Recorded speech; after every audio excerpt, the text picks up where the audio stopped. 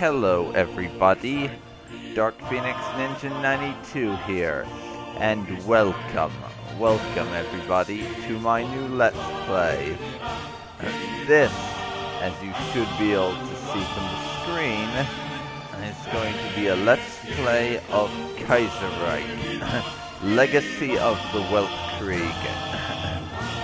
Now, before we get started, there are a few things I need to go into. First of all, there is a lot of German in this mod, and I'm going to mispronounce pretty much all of it. Secondly, I'm going to have to do some creative translation during it, because the people who made this mod were not native English speakers. English was certainly not their first language, as is evidenced by reading any number of the pop-up boxes for events with misspelled words or improper grammar. But I'll get into that when it becomes relevant. In any case, you're probably wondering what Kaiserreich is. Well, I shall explain that to you. Kaiserreich is a mod for a game called Hearts of Iron Darkest Hour, which is a World War II grand strategy game. If you still have no idea what it is, then you're obviously not really into Paradox games all that much. And if you really don't know what Hearts of Iron is, Google it, because you're missing one of the best games of all time. Now, the basic premise behind the Kaiserreich mod, in terms of its background, is it is an alternate history mod where Germany won the First World War. And the way it has things play out is very, very interesting, and I rather like it. It's very crazy in the way things can end up happening. Any number of things can occur, and there's virtually no limit, and every single nation has some different paths they can take, which they will do during the course of this campaign. And the country I'm going to, and this brings us back to the country I'm going to be playing as. I'm going to be playing as Russia, because while most nations in this game have a lot of choices and can make plenty of decisions, Russia is even more open to how they do things than most nations. They start off in a really weak position, and they tend to have problems in terms of getting back on their feet and being able to become strong again. Russia tends to have some problems. But they're a very interesting nation to play with a lot of choices, and I like that. I've played them a few times before, and I have managed to get myself into a decent position by the end of the game. But I have never managed to become the dominant nation of the world. The last game I played as Russia, it ended up basically being a Cold War type stalemate between East and West, with me controlling most of the East as well as North Africa, and someone else controlling the West. I won't give that away because I'll be explaining that when we get into the game. Now, let's go through my options. The difficulty will be on normal. AI aggressiveness will be on normal, because I don't want things to be too mega uber crazy, seeing as I've still not done too many complete campaigns of this. Share countries will be off because this is multiplayer. Autosave, I'm going to change that to be monthly.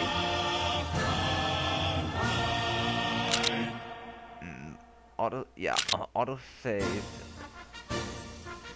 Damn, it didn't save that choice. But yes, auto save will be monthly just because I've had some things happen to me that have screwed up, and I've had this game crash in the past, so I would like to not have to replay too much of it. Everyone can start war will be on, which what that basically means is the democracies will also be able to declare war and not have to be in a faction to go to war. And we'll use the scenario end date. Full IC takeover will be off, so we will not be able to take over all the industrial capacity of nations we conquer, which I'll explain that more when we get on screen, so you'll be able to see something for reference. But tech team takeover will be on, which I feel, which Sorcerer Dave explained this in his Russia Let's Play quite well, but I feel, like he said, this makes plenty of sense, because this is something that happened historically in real life. After World War II, where the US and the Soviet Union basically went scrambling around and getting all sorts of German scientists to help them with like nuclear bomb projects and stuff. And we'll be able to do something similar with the scientists we can convince to help us. They'll come onto our side after we conquer a nation. Anyways, with that out of the way, I am now going to read the entirety of the text blurb, so you have some idea of what's going to be going on. Russia Historical Info. At the Congress of Omsk in April 1919, the White Generals agreed to form a united political front behind Alexander Kerensky and the remaining forces of the Provisional Government. The United White Forces, joined by the Republic of Finland, made considerable gains, but the Red Army was still too strong and well-placed, dominating the Russian industrial heartland and transportation networks.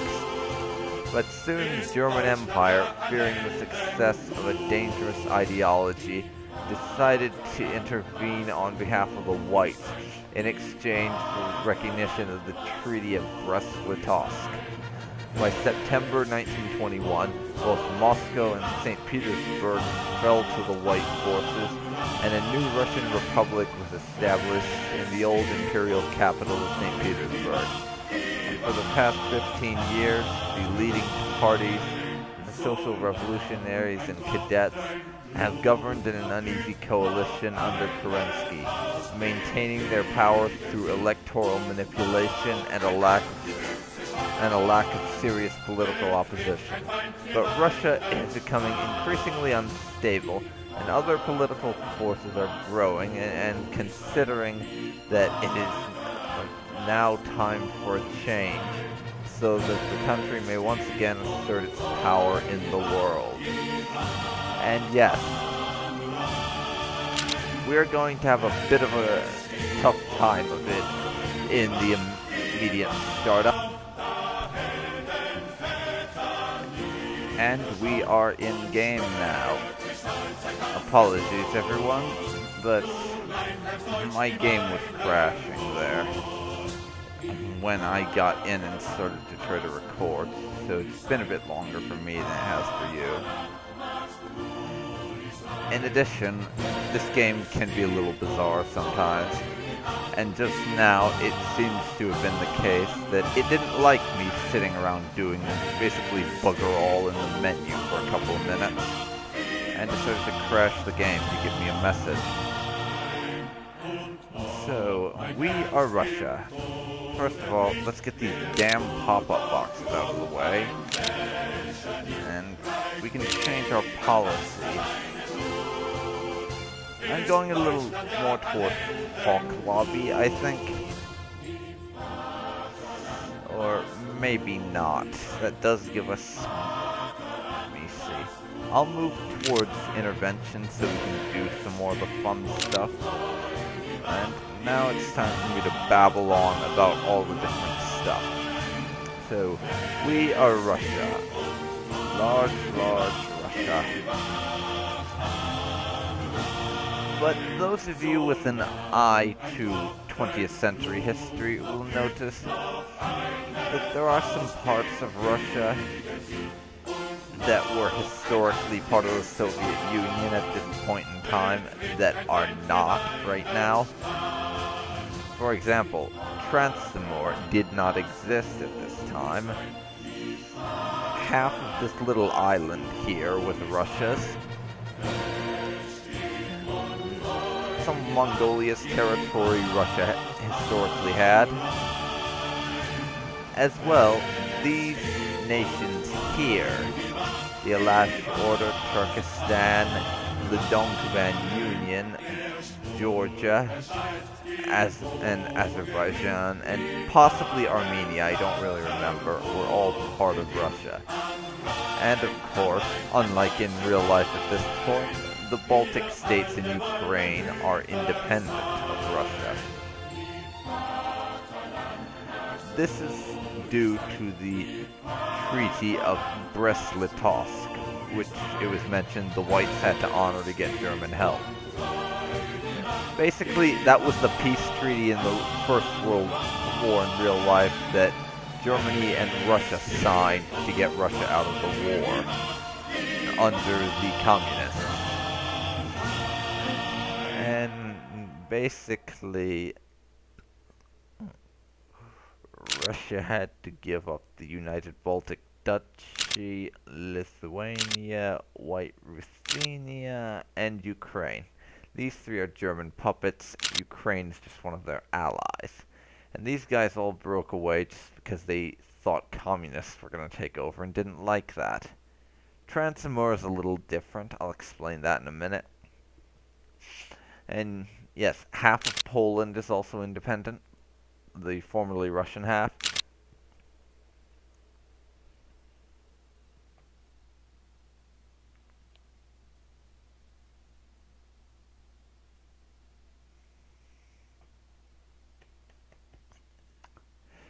Sorry, game lagged there for a minute. I'll have to look into that. But yeah, Germany kept their half of Poland. And what happened over here in the east needs a bit of explaining. Japan, while Russia was in the middle of their civil war, basically grabbed Transtimor right here and made it into a puppet run by some admiral. And Japan apparently intervened in China too. Not sure how they were good enough to do all of this.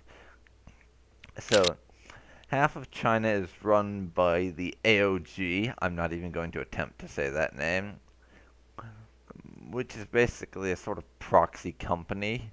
And the King Empire here is back, and there is no Chinese Republic, and that whole thing in this time frame.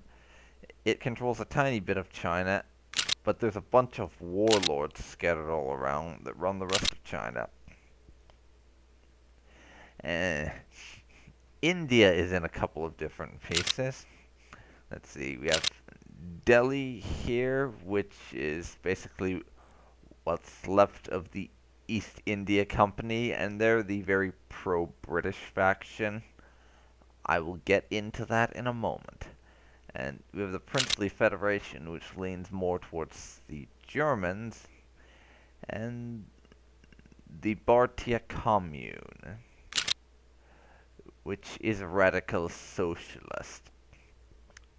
And because Germany won the war, and they were on the winning side of the war, the Ottoman Empire still exists. Now down here we have Middle Africa, which is basically a giant combination of all of Germany's new African colonies. Because the idea with this mod is that if Germany won the war, history would basically happen in reverse. So instead of Germany loses the war and then in 1939, you have Hitler invading Poland and that whole clusterfuck. In this, France and Britain lost the war, mainly due to the fact that in, I think it was 1917 that this was going on, Germany never resorted to unrestricted submarine warfare after around the time that Russia cracked, so America did not jump on Germany on the side of the Allies, or the Entente, as they're also known sometimes. And Germany won the war. As a result, they overran the French, marched into Paris, and won on that front. And the war with the Brits dragged on for a little longer until they agreed to a peace that was basically Germany saying, okay, we want peace, and we'll respect your overseas colonies if you give it to us. And Britain agreed. Then, and you'll also notice here that the Austro-Hungarian Empire is in a bunch of different pieces, as you might think that's as a result of the war, but it's actually not.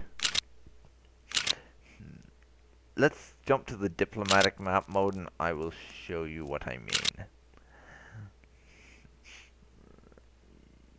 You can see right here. The Austro-Hungarian Empire is basically just a bunch of puppets and puppets of puppets. Now, as you see here, Hungary is a puppet of Austria, and Croatia is a puppet of Hungary. So what basically happened was, and I'm not sure how many of you know the history of the Austro-Hungarian Empire, but the Great Compromise, as I'm going to call it since I don't actually know the damn name of the thing, between Austria and Hungary, that's basically the status of the monarchy, gets renegotiated every couple of years. And in the one in, I believe it was 1923 in this mod, the negotiations completely broke down, and the Austrians had to call in German help. And what basically resulted from that was regional autonomy for all the members of the Austro-Hungarian Empire.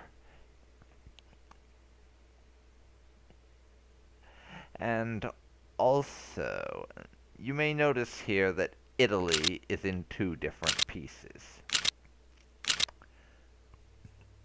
This gets into the whole thing that happened as a result of the war. But also, I have to show you this. Flanders Wallonia, aka Belgium, is a puppet of the German Empire. Because, just to mention some history, at the beginning of the First World War, Germany marched into and occupied Belgium, and they remained under German military occupation for the rest of the war, pretty much until the armistice at the end.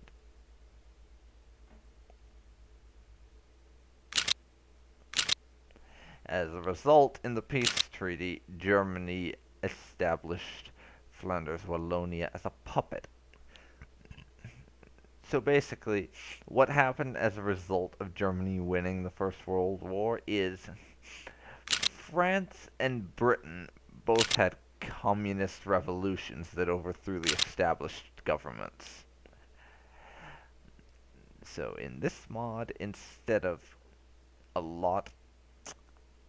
having a fascist Germany and Italy, and to some extent Japan, you have a communist Britain and France, as well as a number of other countries, but they're the big ones.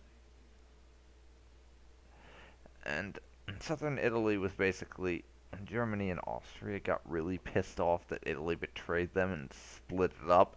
Then there was a rebellion in southern Italy, and they had to stop trying to reclaim it because of some political stuff. I don't honestly know the details there.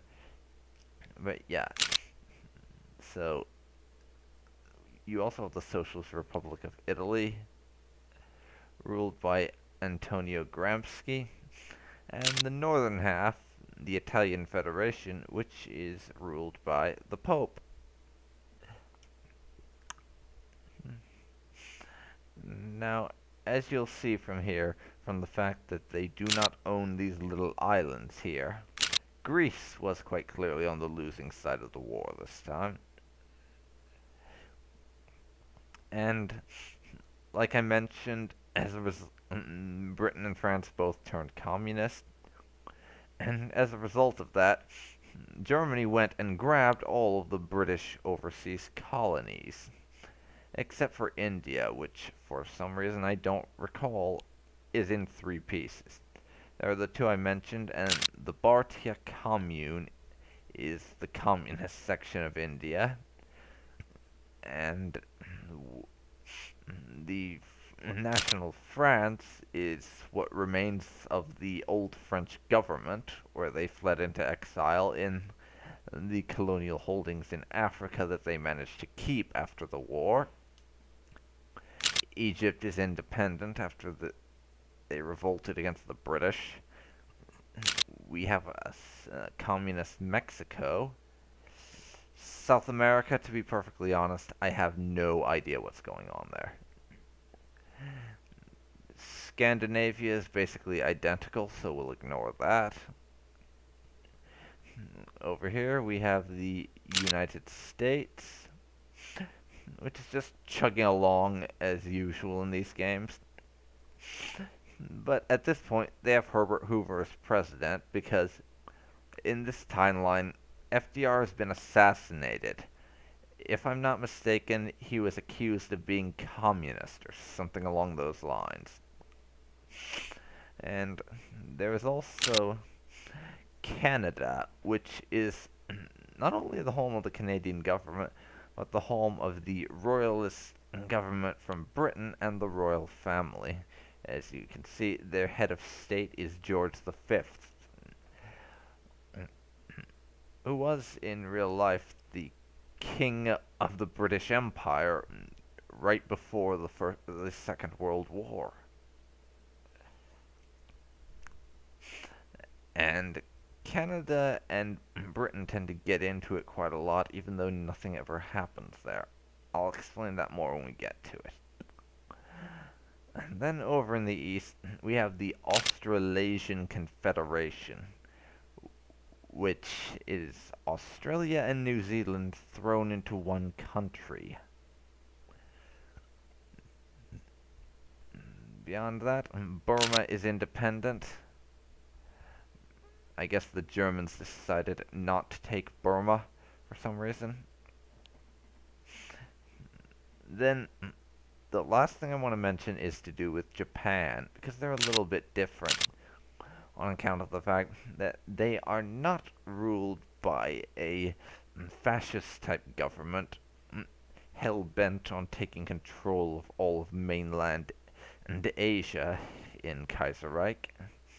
And they're not geared to attack and invade the United States because of historical reasons.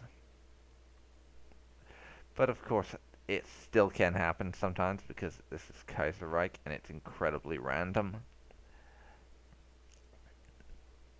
But that's what the world's looking like right now. Now, Russia. As I said in my introduction, Russia's in a bit of a state at the start of the game. First off, we have our resources up here. We have energy, which, to be perfectly honest, I have absolutely no clue what energy does. Metal, rare materials, oil, those are just used to build things, basically. Supplies, which is things like ammunition, food, and such to keep your army supplied. And money, which is quite literally just used for trade. There's manpower. You use that up to reinforce your army if they take losses in battle, and to build new soldiers. We have nuclear bombs, which we cannot produce yet. That's quite literally a very endgame tech, so I'll explain it when it becomes relevant. And next we have dissent, which is basically, in essence, how pissed off your country is at you. And now it looks like I need to up the music volume, perhaps.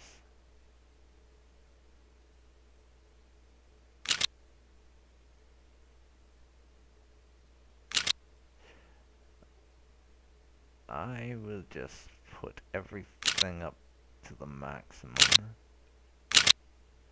And it doesn't look like I'm getting any music. And then we have transport capacity, which is if you're moving a unit through strategic redeployment, which basically represents them getting on a train and going somewhere, or if you have been building units of any kind, they will show up in the deployment queue, and your transportation capacity is how many units you can reasonably transport at one time.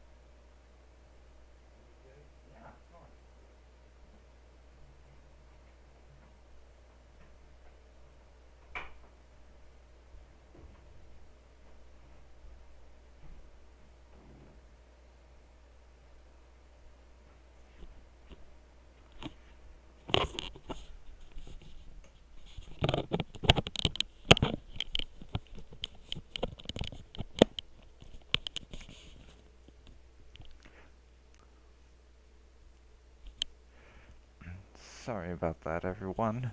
My dad was asking to speak with me just there. And just to warn you, I'm probably going to be a little quieter at this point, though I may bump that up in the actual editing, because he's going to sleep pretty much right now, and I do not want to be too noisy.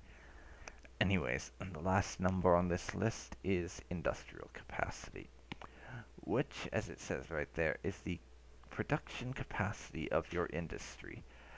So how much capacity you have to use from all your factories to build things and carry out actions that you need to. And at the start of the game, Russia does not have a lot of it.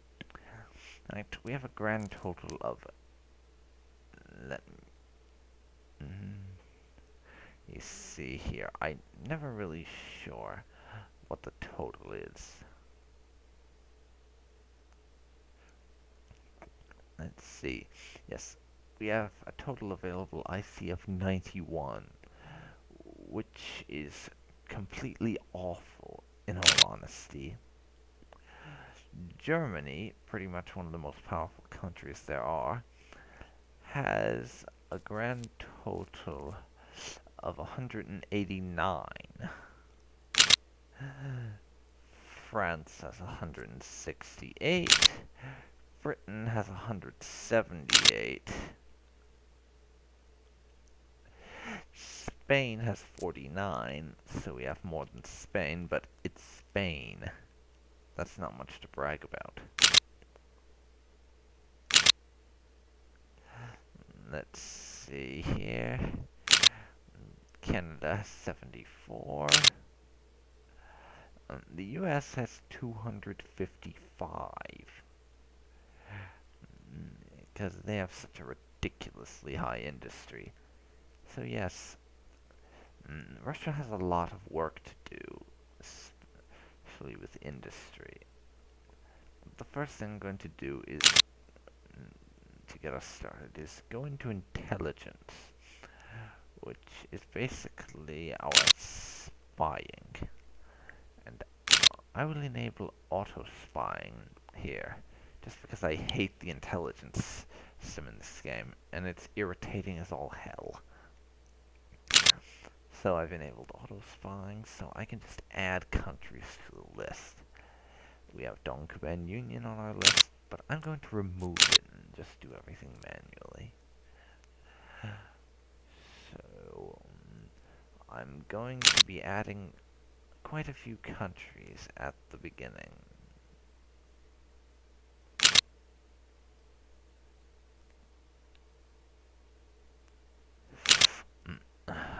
Lash order.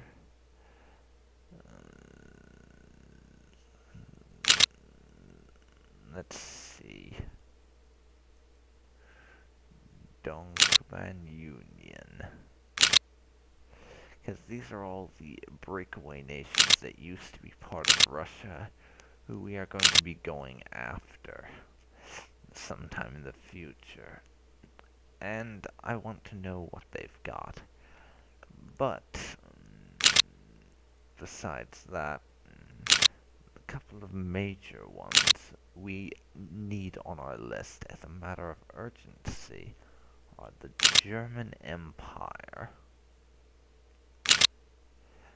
the Commune of France,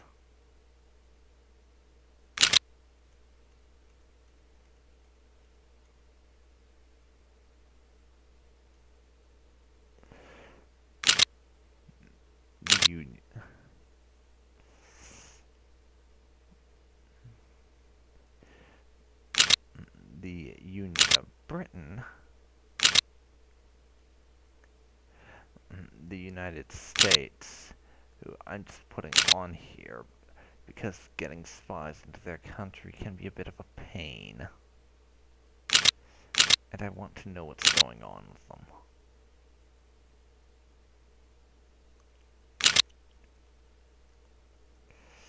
Let's see here. Also, I think Mongolia.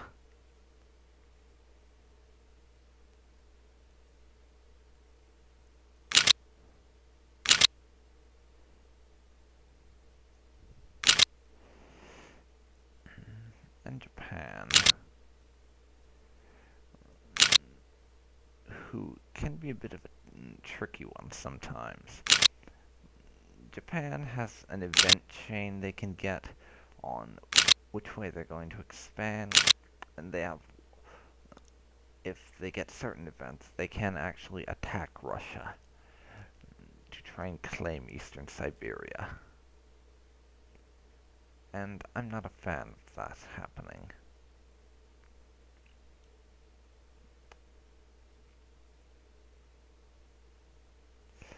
Let me see here. Flanders, Wallonia, I don't give a rat's ass about.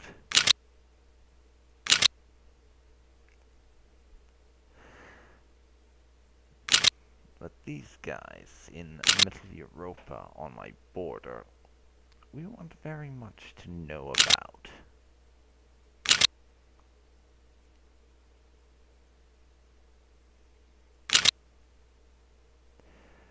Because we'll be warring with them eventually.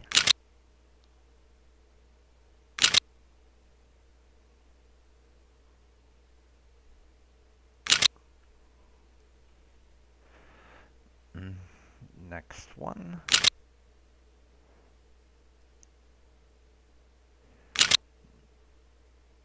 In addition to the Ukraine, though, actually, I'll give Ukraine a little more priority, because they have a lot of industrial capacity in comparison to their neighbors.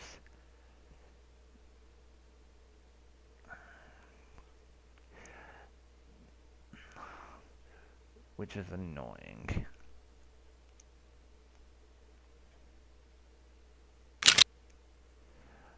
But I'm also going to add Italy to that list, just because they are allied with the French, and we may fight them eventually.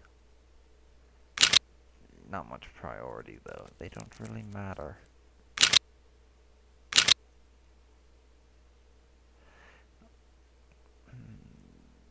But the King Empire has a habit of expanding because they very much want their old territory back.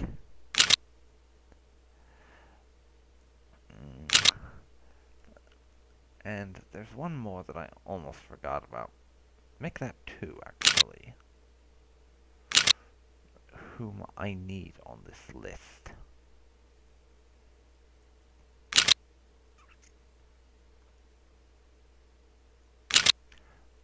Transamore is the first of them.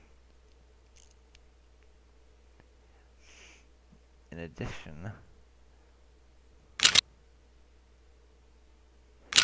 the Fentian Republic also.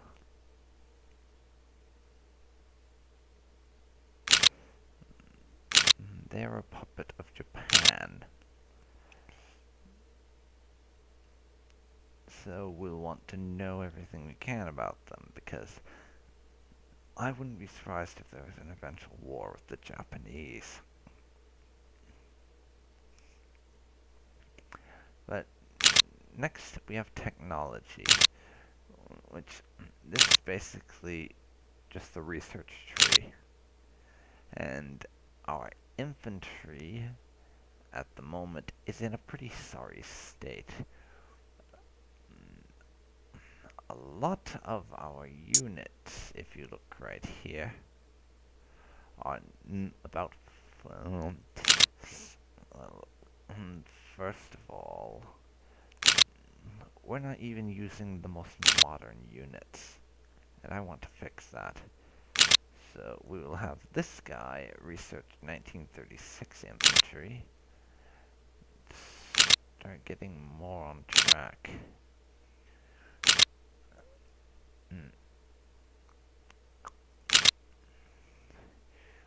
Also, no to tanks.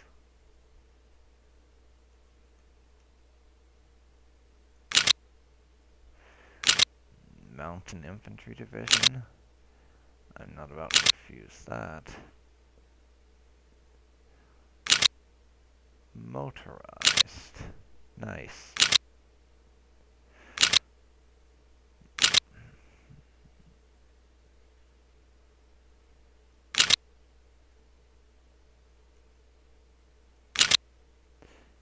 Okay. Probably most of my research will be under infantry, but I'm also going to do a decent amount of it in the industrial category. Russia needs more industry and industry efficiency if we're to be successful.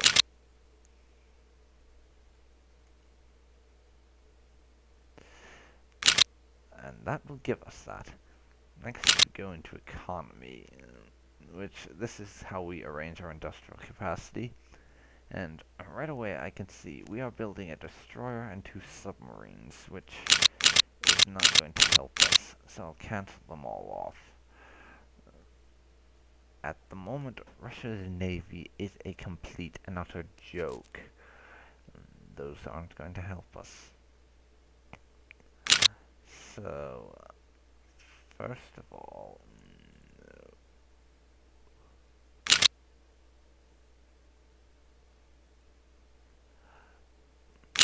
we need to rearrange this a bit, because we have to start getting all of our divisions at full strength. Because if you look here, these units aren't even at full strength. Their organization, and they don't have enough men in every division. We need to fix that, or they're just going to be destroyed in battle.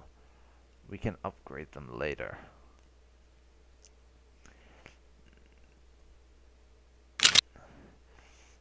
But that's everything I can think of to have to explain at this point. So, after a rather long period of explanation, a lot of which took place with no music for some bizarre reason, I'm going to conclude my introductory episode here. Thank you very much for watching, everybody. I hope you like what you see so far, and I hope you'll return for the next recording session, since this is just going to be part 1. I hope I'll see you again for part 2. So again, thanks for watching, and I'll see you next time. Bye.